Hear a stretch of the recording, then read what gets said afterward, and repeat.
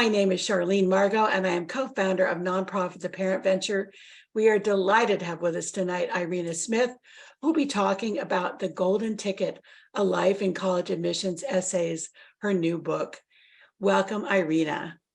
Charlene, thank you so much for that lovely introduction. I am thrilled to be here. I have many things to say on the topic of college admissions, personal essays, and how that process of applying to college affects students and families.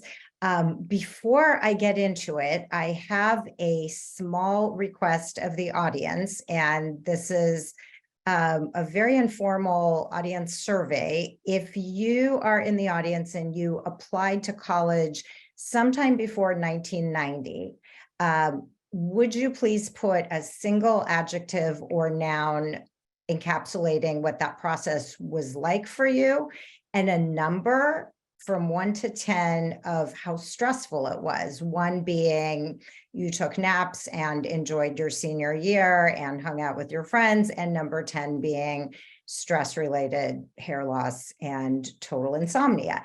So I would love to see any feedback from pre-1990 or during 1990 applicants. And then I'll ask the same question of those who applied after or are planning to apply next year. Okay, so I see easy, I filled out 1 form, stressful, 8 on a stress level, straightforward, 3, straightforward, pre-1990, easy, straightforward, okay, some stressful, awesome, easy, simple. Okay, so thank you. No brainer, it looks like, 2. So there are some stressful ones. We can hypothesize about why that was. This was really, really helpful. Thank you.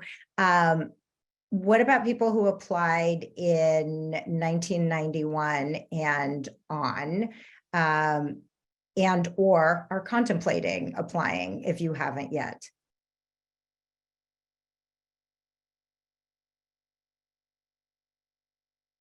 Overwhelming 8. And this could also be if you're a parent of a child who is contemplating applying or in the thick of it, or a teacher. Okay, 2000, stress level 6, overwhelming 9, stressful 7. Stressful, complex, stressful 2019. Applied for fall, fairly stressful, level 7. Okay, clueless and upsetting. That sounds like a very common experience. Yeah, thank you for that. I have a theory, miserable, even better, competitive 9, or not better, worse.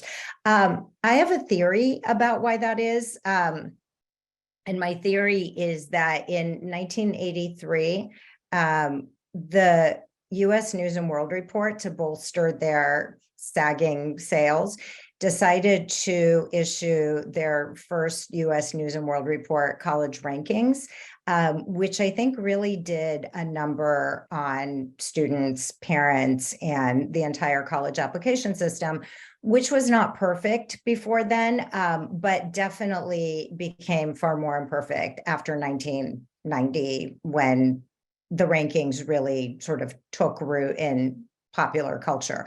I don't want to spend the time that we have talking about the U.S. News and World Report and the damage the college rankings have done.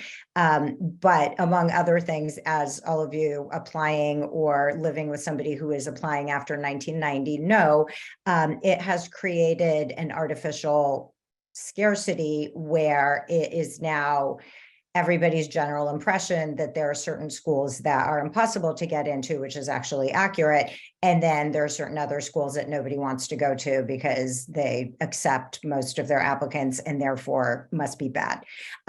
Again, we can talk a lot about why that is. What I would really like to talk about is the effect that this process has had in my experience as working in first Stanford undergraduate admission, and then as an independent college counselor, and now as a parent and writer trying to put all of these things into words, is that the process has become, and I tell this to many of my students, a sort of crucible in which a student's true character is revealed while exposed to obviously high temperature. And even though there's no pressure in a crucible, it certainly feels like among the students that I work with is that it's both hot and stressful. But I think it's also a crucible for a lot more than that. I think that it often embodies a family's history, where the parents' educational journey took them, where they were born, what their aspirations are, what their sense of self is as an adult and a parent of young people who are about to embark on this process. And that's what I really want to focus on, is what happens as a result of living in a world that has been shaped by the US News and World Report, but also within that world, living in a community. I would imagine many of you are from the Bay Area. But if you're not, you probably have a sense of what it's like to live in a community where the expectations are high, the level of achievement is high, and it becomes a pretty heavy burden for students to have to carry. And so I wanted to talk briefly about why I wrote my book, The Golden Ticket, A Life in College Admissions Essays. And I think to give a proper answer, I would have to start about 26 years ago, when my life became split into two. So on the resume side at that time, I was a graduate student finishing her PhD. I was actually writing my dissertation in Palo Alto on language and meaning making and exile in the works of Henry James and Vladimir Nabokov. And during this time, on the personal side of what was happening, my 2-year-old son was not developing language of any kind. He wasn't talking, he wasn't asking questions. He didn't seem to particularly care if his father and I were around.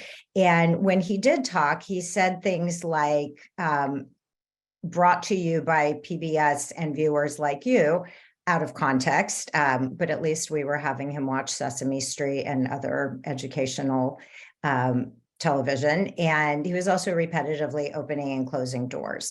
And because he was our first child, we weren't quite sure what to make of this. He was otherwise developing normally. He slept, he ate, he was reasonably active and meeting all of his gross motor milestones.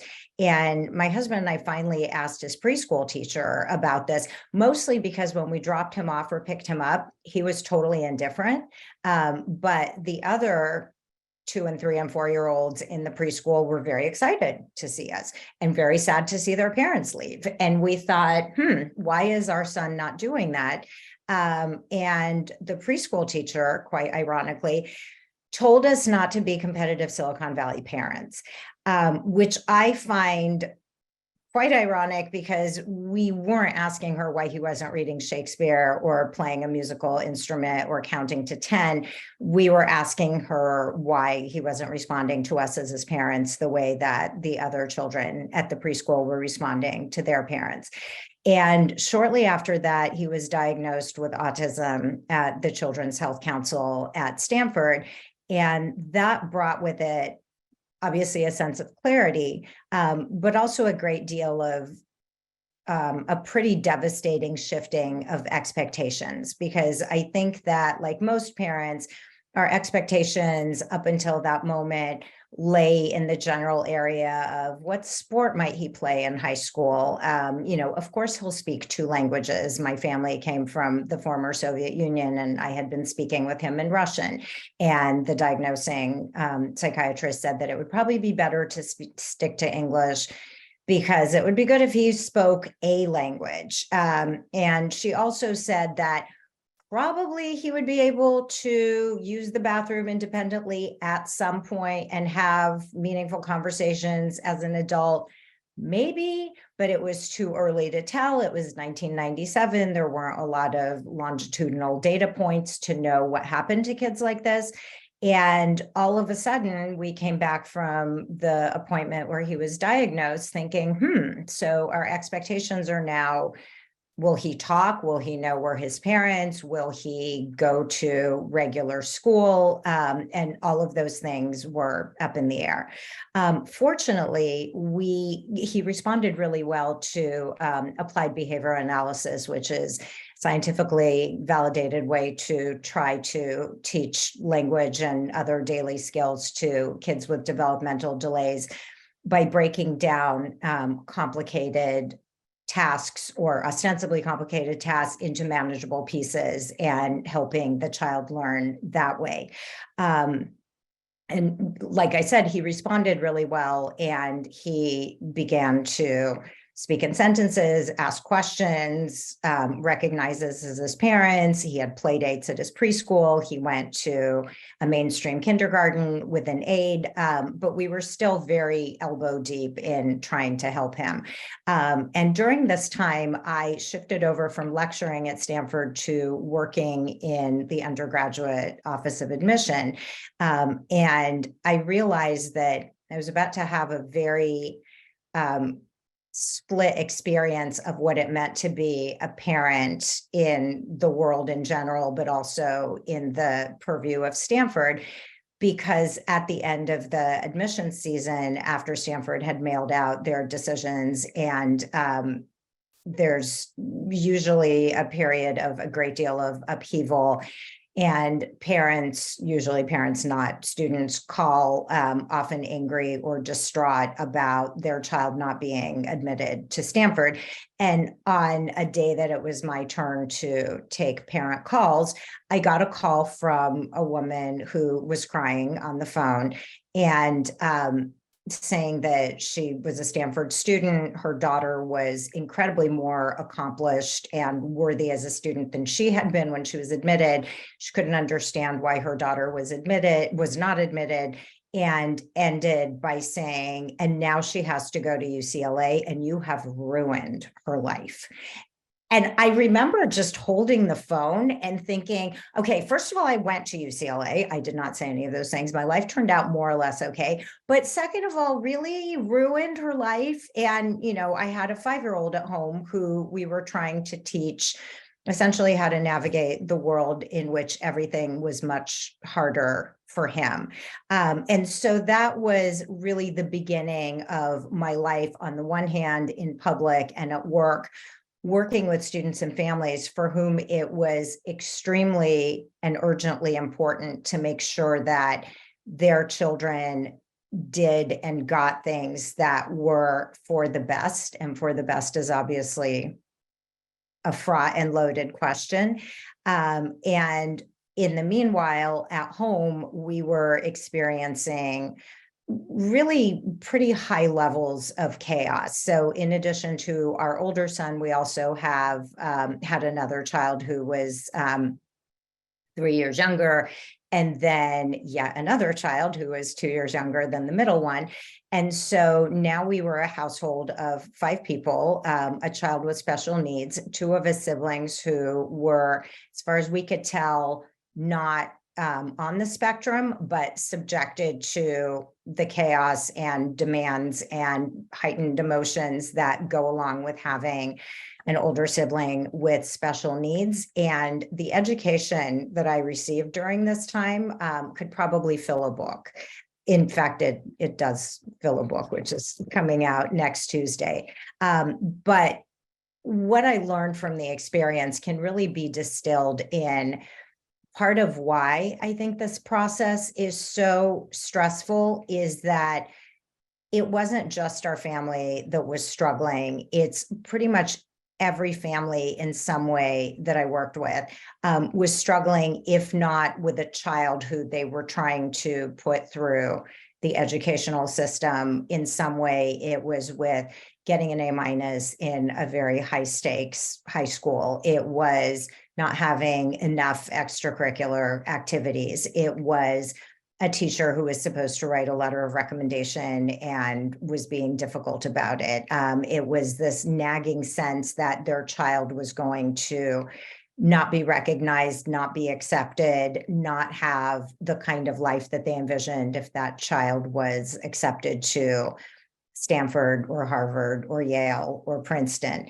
And as a result, I sort of pushed down on what I was living through, which in retrospect is not a healthy coping mechanism, and resulted in, I don't think there's a direct correlation, but I think my children struggled, not necessarily because we were those parents who emphasized, grades and extracurriculars, but because they were in an environment where they could see what I was doing for work, where they were exposed to it at school. And they are brilliant and funny and gifted in different kinds of ways, my kids, but not necessarily in the Palo Alto way. And feeling insufficient and the pressure and stress and depression and anxiety that goes with that really did a number on them. And I have come to a pretty closely held conviction that the more we talk about what it does to people to go through this process, either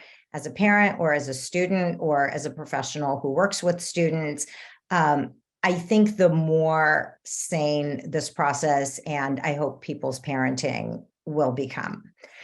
So just to wrap up before I take questions, I have tried to really distill what I would suggest in light of that parents do to help their children and themselves navigate the gauntlet of the high school years and the expectations of success, whether in Palo Alto or somewhere else, that confront them. And although I am not at all intending this to be professional advice giving, because I could also write another book about the mistakes I've made as a parent, consider them observations on my part about, something you might think about. My first suggestion is to take a step back and think about where you live. In fact, one of the essay prompts that is pretty universal for many colleges is consider the world you come from or the community you come from. How has it shaped your dreams and aspirations? And I think this is a useful thing for both students and parents to do, to think about where do they live, to think about how did that culture form? What is its history? I will put a plug in for Malcolm Harris's book, Palo Alto, A History of California, Capitalism, and the World, which just came out, I think, a month and a half ago, mid-February. Which is an amazingly incisive look at the forces that shaped Palo Alto and which really provide a lot of clarity for how we ended up specifically here in this moment. But I would also suggest, besides that book, read about the history of California, read about how the state was founded and how it evolved and what the values that formed it are, or the history of any community really that you live in. And then beyond that, more narrowly, think about your family history. Think about parents and grandparents and great-grandparents and where they came from and what their values are and how they have been brought to bear on your teenager. Because digging into that is not only interesting, first of all, I've been astonished by how many students don't know where their parents went to college or when they graduated. So just for that, because they have to actually fill it out in their applications, that could be useful. But I think having deeper conversations, if you have immigrant parents or grandparents, to have a conversation about why they came to this country and what was driving them and what that experience was like. My third piece of advice is to read a lot, and I can't emphasize this enough. I feel like books have transformed my life and been a consolation and a window into other worlds. And if your child doesn't like to read, audiobooks are a great alternative, but I think that reading has never hurt anybody. And then my last two pieces of advice that are sort of related is try not to tell your children that they're not living up to their potential.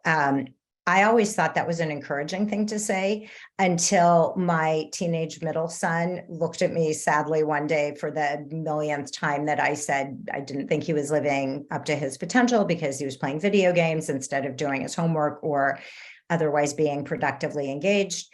And he looked at me and said, I feel like you are saying that because you think I'm stupid right now, and my potential is somewhere over here, and I'm over here, and where does that leave me? And, I thought about it and I thought, okay, what if like somebody's 13-year-old kid came up to their mom or dad when the mom was watching The Bachelor or, football or whatever, and said, I don't think you're living up to your expectation or to your potential as a parent. That would be, not great to hear. And think about when it's a young person without a large frame of reference or, maybe coping mechanisms. And then lastly, this is the related piece of advice, is try to meet your kids where they are and celebrate where they are instead of where you think they should be. This is kind of hand in hand with the potential, because you'll enjoy time with each other much more if you do that. So that is my piece. I will invite Charlene back to see if there are any questions, and we'll go from there. Thank you so much, Irena. We cannot wait for your book, which has the best title ever, The Golden Ticket, A Life in College Admissions Essays. Tell us again when it's being released. When can we buy it? You can actually pre-order it on Amazon and bookshop.org and everywhere books are sold online. And it is officially coming out next Tuesday, April 18th. So 5 days from today. And then it will be in some physical bookstores. And if they're not, absolutely go to your indie bookstore and demand that they order it. Okay. Thank you, Irena. That's great. Great. Congratulations. Thank you. Okay. So we mentioned at the beginning that you actually earned a PhD in comparative literature and taught literature and composition. How did you get from there to college advising? So that's a great question. It was actually a slightly convoluted route that made perfect sense at the time. My one and only teaching job in academia was as a lecturer in Stanford Structured Liberal Education program, which is a freshman year humanities and composition track. And I was a lecturer there for 3 years, during which time I was trying to juggle a 4-year-old and a newborn. And one of my co-lecturers, John Ryder, was not only a lecturer, but also an associate dean of admission at Stanford. And after we kept making fun of John for not, or I shouldn't say not, for admitting students who we, as the rest of the faculty, thought, maybe should not have been admitted for various reasons, he would get very defensive and say that it was extremely hard. And he felt passionately that Stanford instructors should be somehow involved in the process. And then he mentioned that you can read from home. And having had my middle son get 10 ear infections from daycare within the course of 1 year, I thought, he could stay home with me and get ear infections for free. So I moved laterally to admissions. I got an email today from someone in the San Mateo County Office of Ed who was one of your advisees. Oh my gosh. Shalene Peterson. Shout out to Shalene. Isn't that great? Shalene, yes. Oh my gosh. I know. Small world, small world. So, Irena, I started this program 17 years ago for 3 reasons. And the first reason was to reduce the student stress load. We know that that was being driven largely by college admissions. As I say to people, we really hoped that in 17 years we would have knocked that. But not only have we not, it continues to get worse. Other than, as you say, perhaps the US News and World Reports listings, can you point to any other factors that you think continue to drive this rising student stress? Well, I think that the rankings have done a great deal of damage in that it's human nature to see something ranked and to want the top of it, not, the first 10 and not the 83rd or whatever is lower down, even though there are over 4,000 colleges and universities. So there's a little bit of that, or a lot of the artificial scarcity, where it's increasingly more difficult to get into the schools at the top of the US News and World Report. And I think there's also a really strong emotional component from families and students that those schools are guarantees of success, that they are somehow going to provide access and resources and gifts that nobody else will. And one of the reasons I called the book The Golden Ticket is there are a lot of parallels, obviously, or obviously to me, between the story in Charlie and the Chocolate Factory and people's thinking about college admissions. And one of the just most obvious parallels that I'd like to point out is that 4 of the 5 children who enter the Chocolate Factory don't do so well. It ends up being a place that they would be better off not entering and not getting the golden ticket. And so I think that there's this disconnect between, these are good schools. I think it's shorthand to be able to say, I want to go to a good college. And I think, unfortunately, students are not, and families are often not thinking about good for whom, not just good for whom in terms of when students are admitted, but also good for whom in the lead up. Like, if the benchmark is you have to have 12 APs and straight A's to even be considered, if the benchmark is you have to have national level resume items, if the benchmark is you have to have close to perfect SAT scores and letters from teachers who think that you are one of the most brilliant students they have ever taught in their 23 years of teaching,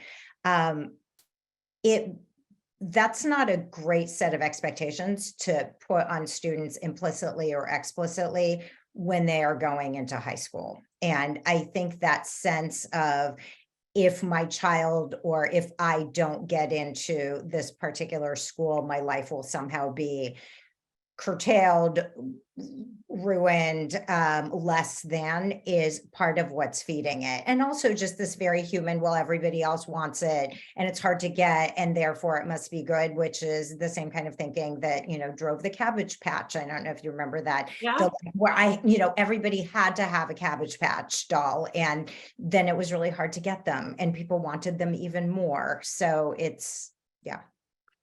I hadn't even thought about the golden ticket and Charlie and the Chocolate Factory. Is that where the golden ticket and the title came from? That is so brilliant. I think you're right about that, Irena. And I think too, for example, about Frank Bruni's book, Where You Go Is Not Who You'll Be, that his point, I think students forget this, or parents forget this, that what you put into it is what you're going to get out of it at college. That I think we had a whole generation of kids who we ramped up the pressure so high to get into these schools. They got there and they were like, now what? Now what? Mm-hmm. Which wasn't good for anybody's mental health, right? Exactly. Yeah. And I think, the other thing, the getting there and then saying, now what? I have had, just anecdotally in my own experience, and actually Malcolm Gladwell writes about this in his excellent book, David and Goliath, whose subtitle I can't remember, but it's essentially about the benefits of being a big fish in a small or smaller pond. And the case that he brings up that I have actually seen play out with some of my students is, he talks about a woman who was first generation student, admitted to University of Maryland, College Park, which is the flagship campus, with a full scholarship, and also admitted to Brown with also a scholarship, but not a full scholarship. And she decided, well, what kind of an idiot passes up Brown? It's an Ivy League school. And so she went to Brown hoping to become a doctor. And within a year, she changed her major because it was too difficult to keep up with the pre-med courses. And she said to Malcolm Gladwell in their conversation, very regretfully, that she thought if she had gone to UMD, where a red carpet was rolled out for her and faculty were eager to work with her, and she would have been in the top 10% of the graduate or the admitted class, that she probably would have gone to medical school. And I've had several students who have gone to quote unquote top notch or good or highly rejective, as I call them, colleges, which made it significantly more difficult for them to either apply to or just even get to a point where they could be pre-med. Oh, such a good point. Both of my own children went to highly selective research universities, and they both said that they wish they had taken a step down and gone to places where they felt they could get a better handle on their own educations. Exactly. So I believe that to be true. Okay, needless to say, we have great questions pouring in from our audience here. So let's try a few of them. Okay. So sorry, go ahead. Go ahead. Oh, I was just going to say, I see one. I haven't been scrolling because I'm trying not to lose my train of thought, but there was a very good question from Suzanne about how do parents raise the bar and push our kids toward what they are capable of while meeting kids where they're at, which is a great question. And I love too, Suzanne, that you use the word pushing. And I've thought about that a lot because we have in various ways pushed our kids and our son, our oldest son, who was diagnosed with autism in particular, because he was most likely going to continue to open and close doors and not develop meaningful speech had we not. And we've had long conversations with him about that. And he's very grateful that we did that because he said it gave him options, that he had so many more choices. He ended up graduating, he's an amazing person, but he ended up graduating from college and he is currently living independently and driving a car and has his own health insurance, and working. So it's a big, big win. And so, I think a certain amount of pushing, if you particularly, or at least to my mind, if your child is doing something or not doing something that you can help with, is appropriate. And, fundamentally parenting is pushing, right? Or pulling children away from a hot stove. Like the first act of biological motherhood, it's actually all biological, but you push your child out into the world. Otherwise they would be stuck inside you forever, unless you've had a C-section or you've adopted or any number of things. But bear with me for this inaccurate metaphor. So some of it is appropriate. I think the potential part is what's tricky because you don't know as a parent what your kid's potential is. You think you might know, or you think you might want what you think is their potential to be attained, but your kids will tell you, like if they wanted to found a club, if they wanted to learn another language, if they wanted to be tinkering with scrap metal and inventing things, they would totally do that by themselves, or at the very least come to you and say, how could I do more of this? And so to say, I see your potential is up here in AP Lit. Why are you only taking regular English? I feel like probably crosses the line because you're suggesting to your kid that whatever they're doing is not enough for you. I do understand what you're saying. I remember my friend Madeline Levine, author of The Price of Privilege and co-founder at Challenge Success. Parents would say to her, but my kids aren't doing any of the things that I've shown them to do. And she would say, get a bigger platter. As you say, really nice way kids tell you what's on the platter, right? Rather than you as a parent choosing. I love your comment that we really need to let kids, we need as parents to meet our children where they are. That's not something we hear from every college admission counselor, frankly, Irena. Yeah. Well, and a lot of it is, how do we up level? And I think that's, for many students, that's the big question is, I'm not doing enough. How do we do more of that? And I think this is very much, and again, I'm going to refer to Malcolm Harris, who I think Bev put in the chat, the reference. So two Malcolms in the chat. So he writes about very early in his book. So if you're not up for a 700-page tome, like read the first 20 pages and it will be eye-opening. He talks about Palo Alto's culture of moving fast and breaking things as being really baked in. And I'm using Palo Alto as, sort of a stand-in for a larger concept.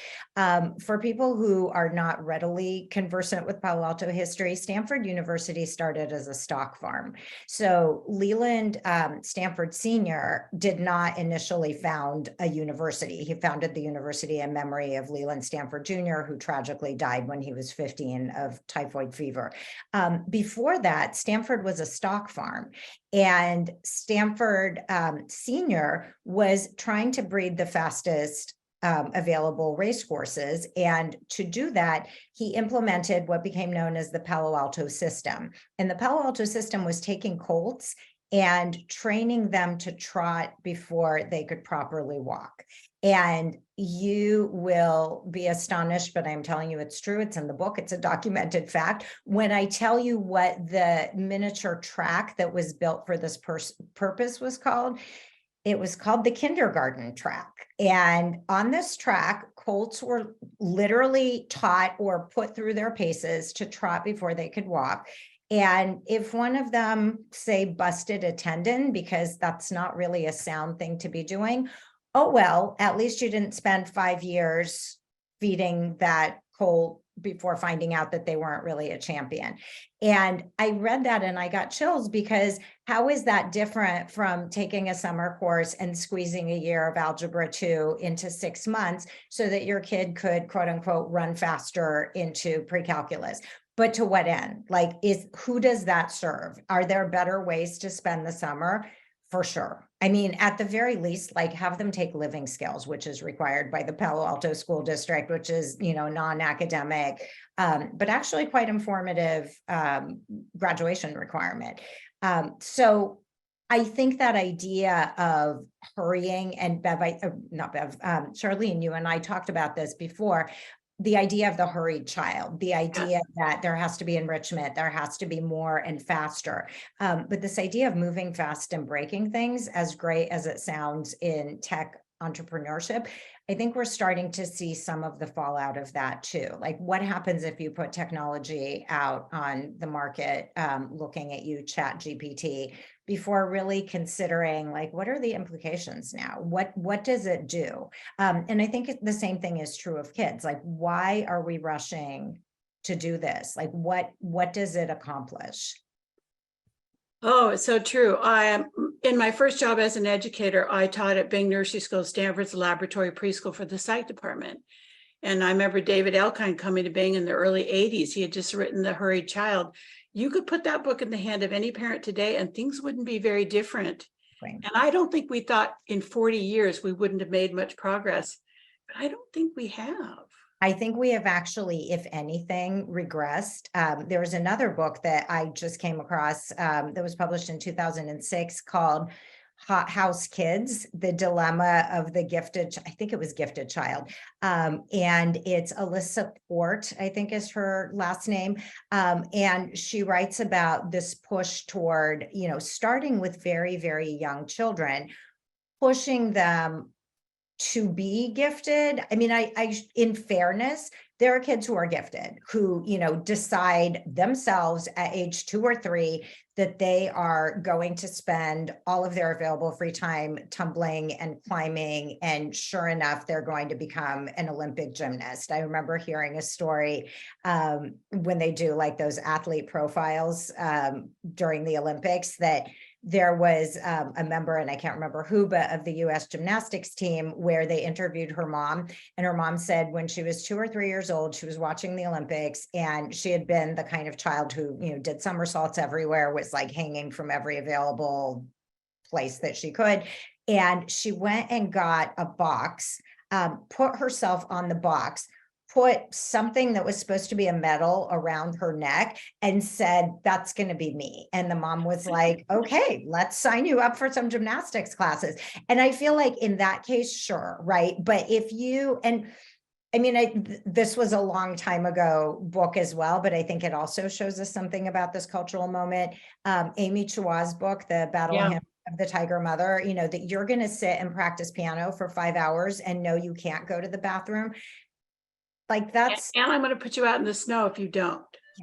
that's not great. Like no sleepovers, no, no anything that I think would be productive ways for the child to waste time. And I will say from my own personal experience, I know we live in a different world, but I spent a lot of unsupervised time doing stupid things. And I don't think for the most part that was damaging. And I will also tell you a funny story about a fight that I had with my parents. It's in the book for an ongoing period of time where they were working outside of the home and commuting from San Francisco to Santa Clara, where they were working. And I, meantime, was discovering the joys and pleasures of American television and watching like Brady Bunch and Gilligan's Island and cartoons. And it was, I was having the best time. Like it was so great. And they, meanwhile, are thinking, we came to this country with nothing so that our child could have opportunities that we never dreamed of. And she is doing this idiot thing. Many years later, it so happened that that story, which had been published before, came across the attention of Sergey Brin's mom, Sergey Brin being one of the co-founders of Google. And I don't know how many people know this, but Sergey Brin's parents emigrated from St. Petersburg when he was roughly my age. When we came, he was like 7 or 8. And so she and my mom were at an event where they ended up talking. And she said to my mom, that story hits so close to home because my husband and I think her husband was a professor of mathematics, were livid because all Sergey wanted to do was sit in front of the television and watch idiot American shows. And we were like, what is happening? And obviously he also turned out okay. So that, I'm glad Sergey and I have that in common. All right, we have lots of good questions coming in. Okay. Let's see what we can rip through in the 15 minutes we have left. This is a question I think many parents have. We're going to turn the dial down a little bit. How do you deal with a defiant, that is not willing to communicate teenager who really has no interest in the college application process? I love that question because I had, out of my 3 children, 2 of them were defiant. Actually, our older son was interested in the college application process. Our daughter was defiant and angry at everybody and having a hard time in high school, particularly because she was at Pally where everybody else was taking APs and she was not. And so we did, I think, one of the smartest things that we could have, which is to stand aside and say, you don't have to apply to college. It's, we're not going to push you. We're not going to sign you up for SAT prep. You do you. And she ended up in February of her senior year, suddenly realizing that all of her friends had applied to college and were now getting their decisions. And then, of course, she yelled at me and my husband because we had not informed her that the reason one gets good grades and applies to college on time is to get, she used some words, out of here. And we were like, yeah, sorry, we hid that information from you. She ended up finding an amazing gap year on her own, and spending a semester taking classes and doing kind of experiential learning in Fiji, Australia, and New Zealand, and came back totally transformed. Unfortunately, then COVID happened and that derailed everything. But the world is not going to end if your child does not want to or is not ready to apply to college. And I can tell you from parents that I've worked with, when the parents want it more than the child, that is always a recipe for disaster. When the parents are very invested in the process, when the parents use first person plural pronouns and say, we would like to apply to Purdue, I'm like, oh, no, you've already been to college or you've already lived your life. Please don't do that to your kid. And so I feel really strongly that if your student is pushing back on the idea of going to college, let them not go to college. They may change their mind later. Community college is an excellent and low-priced option. Or they might decide to work for a little bit and see where that takes them, or they might be interested in a gap year. But I would really, really give them space to figure that out. All right, great comment. There's a related question here, and I think I know what you might say. Writer's asking, the world has changed and some really bright kids don't see college as a necessity anymore. how do we encourage these kids to have a reality check and work hard and be tenacious, even though college may not be the goal? I think the work hard, again, working hard and being tenacious is not really a thing you can teach people. I mean, you can make them do things, but nobody is going to be like, oh, because my parents yelled at me a lot about being hardworking and tenacious, I will now be those things. So I think that allowing kids to experience the consequences of, okay, well, what happens if you don't do those things? And I think that, and I did this as a parent, so I'm not preaching to anybody, making things easier for your kids is not always a good idea. In fact, it is almost never a good idea unless, obviously in cases of safety or illness. But there is no reason to bring somebody's musical instrument to school, which I did many times when they have forgotten it. There is no reason to run their lunch over when they're like 12. And I have done that.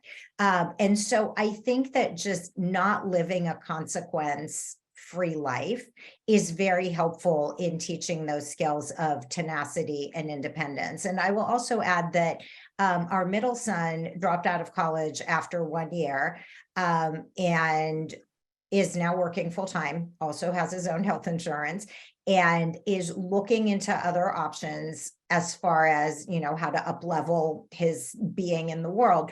But we are no longer pushing that. So it's kind of like, is this interesting to you? Is this something that you would do without our pushing or encouraging? And I think it's really hard as a parent to not jump on something that your kids might very tentatively be interested in and immediately make it a thing. Like they Yeah. might just express a random, bit of curiosity in something. And you're like, ooh, there's a summer program at Brown that you would love, or, out wherever. And I don't know that that is doing anything helpful for the child. If they're expressing an interest, they're just as capable of coming to you with a question. And that was the other thing I learned in the course of raising my wonderful but somewhat tempestuous children, is that it's much better to talk less and listen more, Yeah. and to be curious. And if they say something, even if it's outlandish, to ask where that's coming from, or to ask them to unpack it rather than preaching at them. Because our daughter, who has a really nice sarcastic sense of humor, said to us a couple of months ago, and we've had to really check ourselves, I have gotten so good at smiling and nodding and putting on my listening face when you and Dad tell me things. And really, I'm like not there at all. And we were like, okay, maybe tone down the talking at, because, at least she confessed that, because now when she has that listening face, we're like, are you really listening? So yeah, I think just the less trying to save your children from the mistakes you might have made as a young person is not helpful, because they will make their own mistakes, as heartbreaking as that is. And I think to a certain extent, letting them do that is much better for everyone. Fair enough. Great advice, Irena. So here's a parent, and I know many of us have felt this. What advice would you give to students who don't get into their top choice schools and are very disappointed? So I am dealing with that right now, with many in the aftermath, I should also say, of a really brutal application season, where there's never really any kind of internal logic to college decisions. But this year in particular, one thing that I will say is, it is not helpful to tell students that, it's okay, there are other schools, because they're going through a process of grieving. And it's hard. They put a lot of work into the application.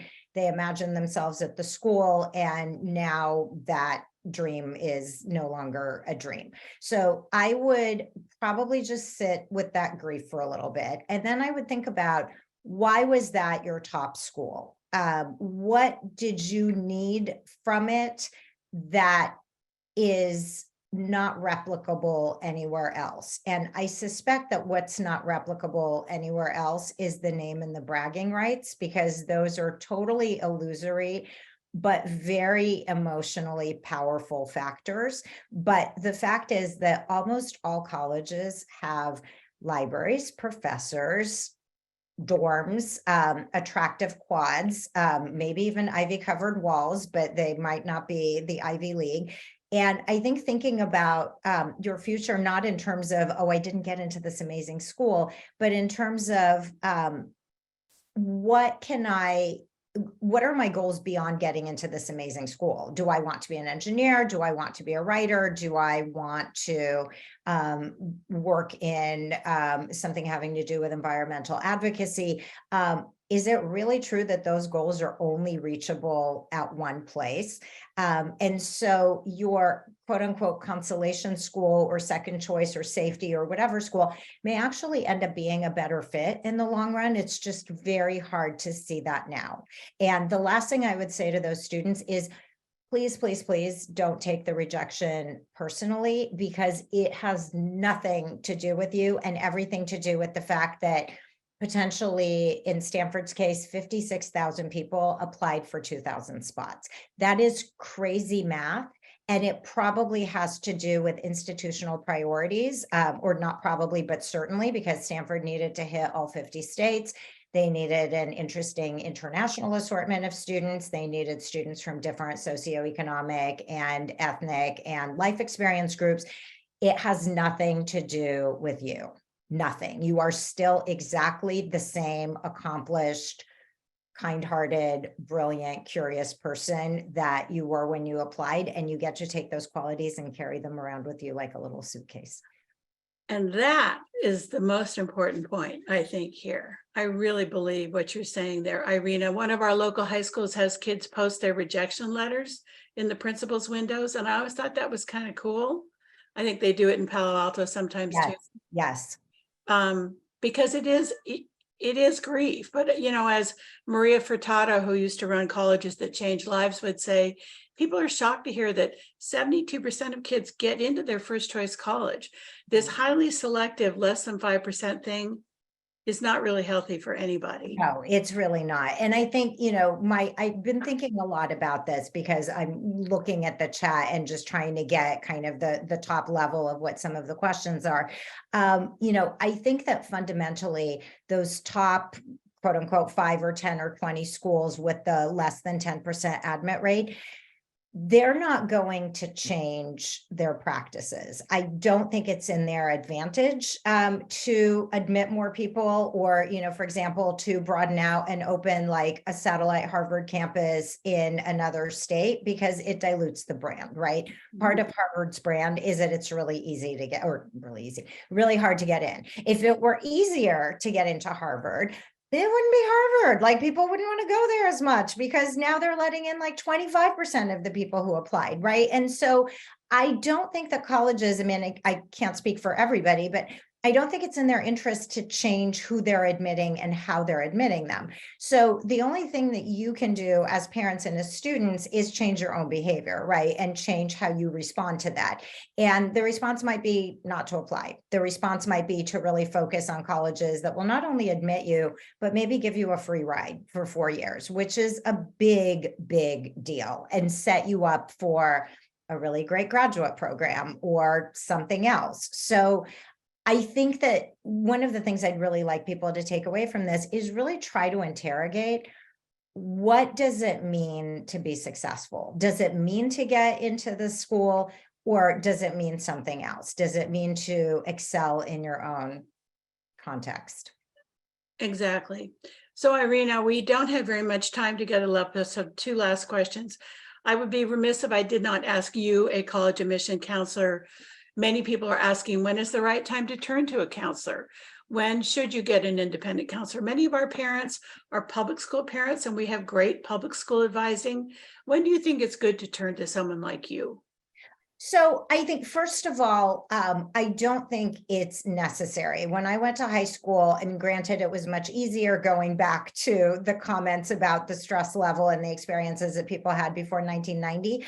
I don't think that was even a thing. And I don't know that it's absolutely necessary to do it. There are many, many good books out that explain college admissions. If you want to do a DIY experience, then, Jeff Salingo's book, for example, Who Gets In and Why, Frank Bruni's book, Where You Go Is Not Who You'll Be. There are some the FISC guide actually has a really good introduction of just, these are the kinds of things that you should be doing year by year as you're getting ready to apply to college. So there's a ton of good information that is not expensive and that is accessible to anybody with a library card or access to a bookstore. So I would say at base, most people don't need one. I think if you feel like you're getting absolutely zero help in your high school, I would probably suggest starting to work with a college counselor no earlier than second semester of sophomore year. I've had people approach me for their 7-year-old children who are passionate about getting into MIT, and that's a direct quote.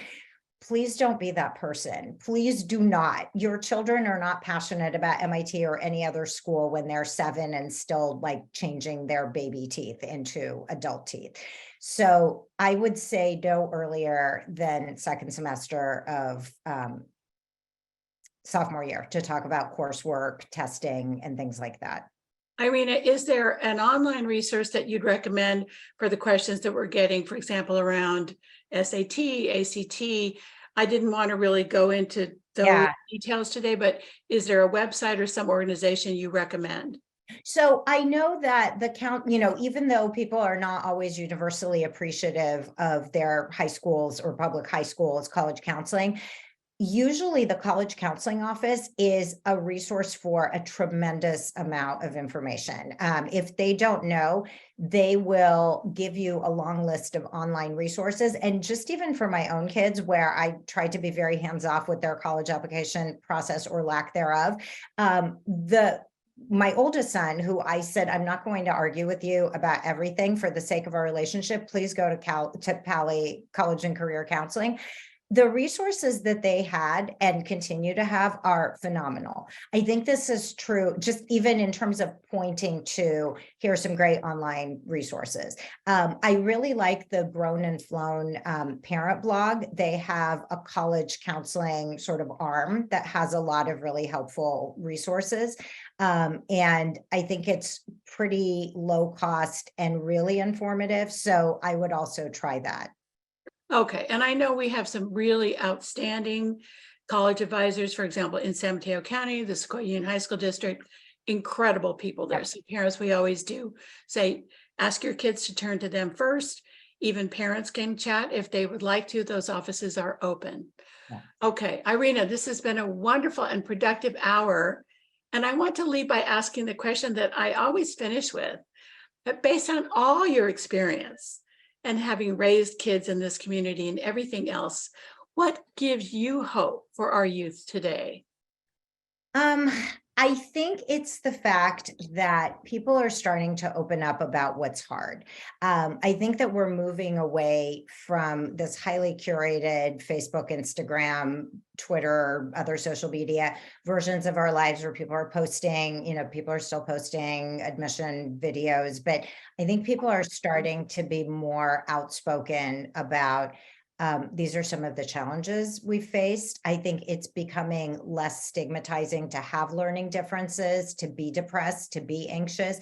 And it is really my hope, and this already gives me hope, that people take that to heart and open up about what's hard. The other thing, I guess 2 things that I've seen with my own children is that there are multiple ways to go to college. My daughter is currently getting straight A's at Foothill Community College and looking to transfer to a UC for the 2024 school year. And if the goal is, if your child is struggling, if your child is defiant, if your child is, dealing with an eating disorder or anxiety or panic attacks, the goal should not be college. The goal should be get through this gauntlet, get your equilibrium back, and then figure out what you want to do. Community college only needs you to have a GED or a high school diploma. And then you can, or actually not even always that. So if you decide at some point later in your life when it's your time that you want college and you go to a community college for 2 years, and then you basically have carte blanche pick of the UCs, having saved a lot of money for the first 2 years. That is a perfectly good way to go to college if you want to. But I also just really would say it's hopeful to me to see that you don't always have to, and you can still lead a meaningful life. Really wonderful. Irena Smith, thank you for everything. We're so excited for your new book, The Golden Ticket, A Life in College Admissions Essays. We hope everybody will pick up a copy. I'm certainly going to look at all those emojis. So thank you for a really enlightening conversation. And thank you everyone who joined us today. Lots of great questions, lots of great comments. Take care, everybody. And we hope to see you again soon. Thank you so much, Irena. Good night, everybody. Good night.